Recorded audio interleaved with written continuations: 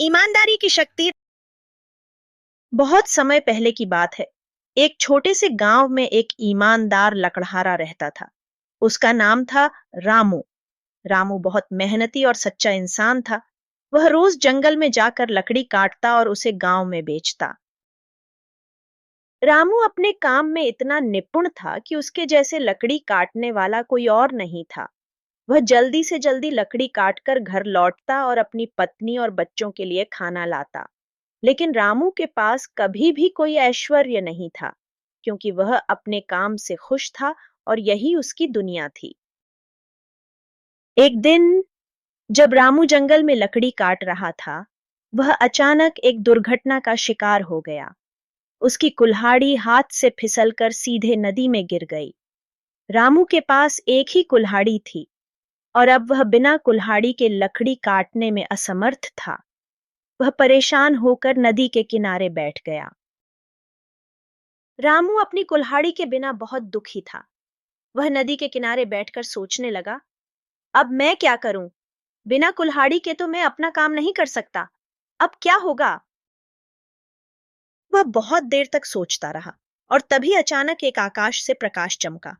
एक देवता नदी के बीच से प्रकट हुआ। देवता ने रामू की समस्या देखी और उसकी तरफ बढ़ते हुए कहा, हे रामू, मैं तुम्हारा मददगार हूं। तुम चिंतित मत हो, मैं तुम्हारी मदद करूंगा।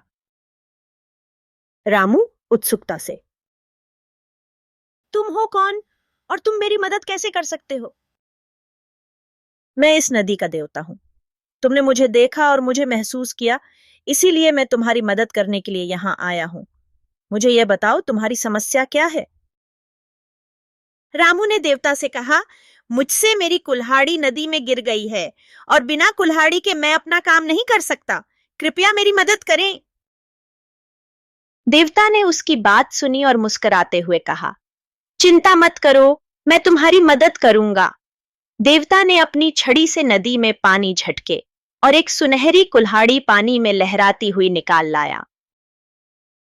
देवता ने सुनहरी कुल्हाड़ी रामू के सामने रखी और कहा, यह लो, यह तुम्हारी कुल्हाड़ी है। यह सुनहरी है और इससे तुम्हारे काम में बहुत मदद मिलेगी। रामू ने कुल्हाड़ी को देखा और चौंक गया। वह सोचने लगा, यह तो बहुत कीमती चीज है। अगर मैं इसे ले लूंगा तो मेरा जीवन बहुत आसान हो जाएगा। लेकिन क्या यह सही होगा? रामू ने तुरंत अपने मन को शांत किया और कहा, नहीं, यह मेरी कुल्हाड़ी नहीं है। मेरी कुल्हाड़ी लोहे की थी। रामू, यह मेरी कुल्हाड़ी नहीं है। मैं अपनी असली कुल्हाड़ी चाहता हूं जो मेरे पास थी। देवता ने रामू की बात सुनी और मुस्कुराते हुए कहा, तुमने बहुत अच्छा किया। तुम सच्चे और ईमानदार हो। मैं अब तुम्हारी असली कुल्हाड़ी लाता हूं।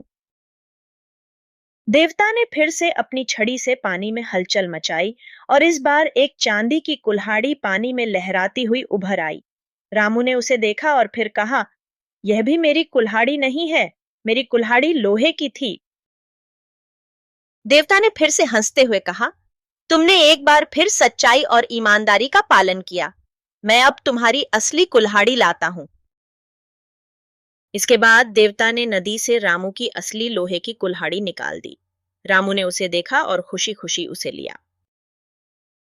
रामू, धन्यवाद देवता जी, आपने मेरी मदद की और मुझे मेरी सच्ची कुल्हाड़ी वापस दिलवाई।